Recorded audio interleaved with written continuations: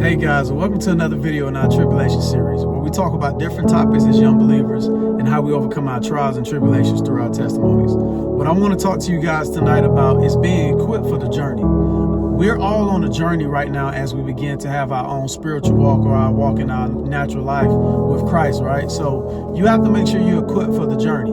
You can't expect to go scuba diving and not have on scuba equipment.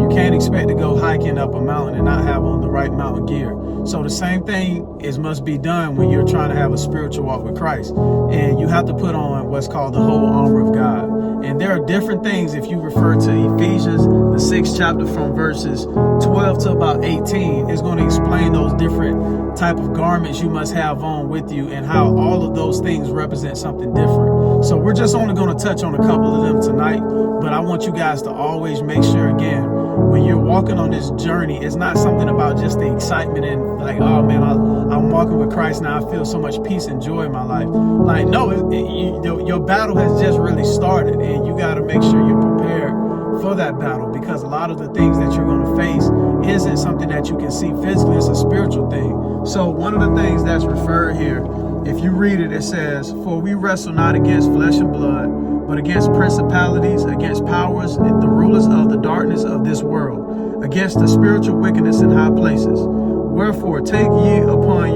the whole armor of God, that ye may be able to withstand in the evil day, and having done all to stand, stand therefore, having your loins girded about with truth, and having on the breastplate of righteousness, and your feet shod with the preparation of the gospel of peace, above all taking the shield of faith, wherewith ye shall be able to quench all the fiery darts of the wicked, and take the helmet of salvation and the sword of the Spirit, which is the sword of the word of God, praying always with all prayer and supplication in the Spirit, and watch whereto with all perseverance and supplication for all saints."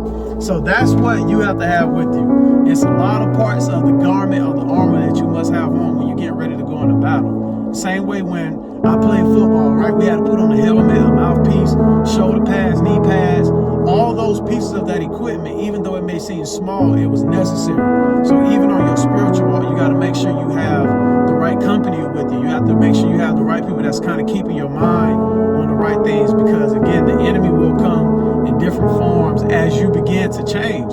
And people that you thought were in your corner will noticing you change, and they sometimes will be pushed against you as well. So understanding, guys, that as you begin this spiritual journey, this spiritual walk, that you must put on the right equipment to equip yourself for the journey. You can't go on your journey and you can't have on the wrong equipment, because if not, you're going to find that you're going to get yourself